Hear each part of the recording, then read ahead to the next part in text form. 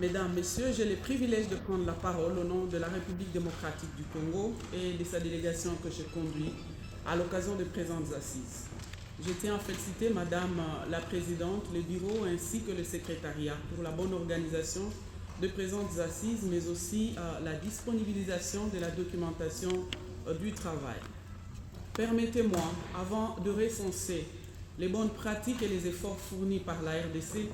de faire mention ici des exactions et atrocités commises par les rebelles terroristes qui occupent une partie du territoire de mon pays, avec le soutien de quelques pays voisins. Ces groupes armés criminels impliqués dans la corruption et autres antivaleurs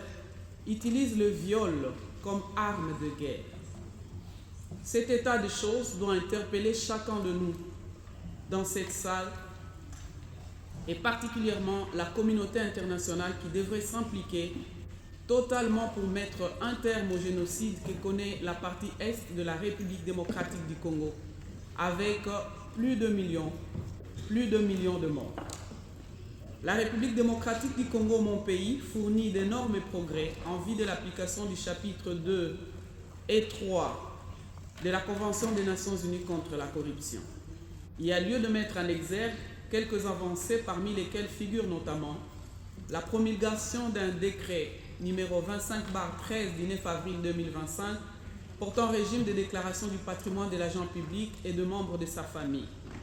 l'élaboration d'un manuel de procédure de déclaration du patrimoine par l'Observatoire de surveillance de la corruption et de l'éthique professionnelle, les actions de sensibilisation sur la promotion de l'intégrité publique, fondement de la bonne gouvernance et de l'émergence de notre pays,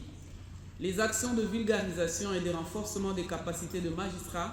de membres du cabinet du chef de l'État, des inspecteurs généraux de l'IGF, des inspecteurs de la DGI et autres catégories d'agents publics de l'État par l'Agence de prévention et de lutte contre la corruption et l'Observatoire de surveillance de la corruption et de l'éthique professionnelle. La promulgation d'un décret numéro 25/13 du 24 mars 2025 portant mise en place d'une gestion informatisée et numérisée de procédures judiciaires au profit de juridictions des commerces. La révisitation du cadre réglementaire du guichet unique de création des entreprises et commission de gestion de biens saisis et confisqués. L'avant-projet de loi spéciale anticorruption piloté par l'Agence de prévention et de lutte contre la corruption, autorité nationale de référence en matière de lutte contre la corruption. Cet avant-projet de loi qui vient renforcer les cadres juridiques sera bientôt déposé au Parlement pour adoption et comporte entre autres innovations telles que l'imprescriptibilité de l'infraction de corruption, la non-pertinence de la qualité officielle de l'auteur de l'infraction de corruption, la protection des dénonciateurs, de témoins, des experts et des victimes, l'obligation de déclaration du patrimoine, l'enrichissement illicite est érigé en infraction autonome, les renforcements du caractère intimidant de la sanction pénale, notamment par l'alourdissement de peine, servitude pénale principale et amende, la collaboration renforcée entre les organes impliqués dans la lutte contre la corruption, la coopération internationale entre États, ainsi que le recouvrement des avoirs qui constituent des étapes cruciales dans la lutte contre la corruption. Au titre d'efforts tendant au renforcement de son dispositif anticorruption, il serait de mentionner également la proposition de loi modifiant et complétant les codes pénals pour renforcer la répression de la corruption actuellement en examen au Parlement. Également, le projet de loi portant création, organisation et fonctionnement du tribunal pénal économique et financier et d'un parquet financier y rattaché pour réprimer la délinquance économique et financière en examen au Parlement, bien sûr, en attente d'adoption après avis de la commission PAJ. S'agissant de mesures visant de prévenir le blanchiment des capitaux et financement du terrorisme et prolifération des armes, soulignons la mise en place d'un comité national de mise en œuvre des sanctions financières ciblées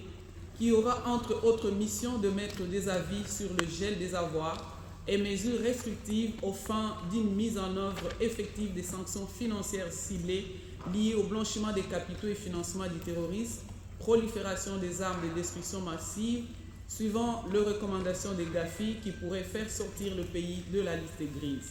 La redynamisation du comité consultatif de lutte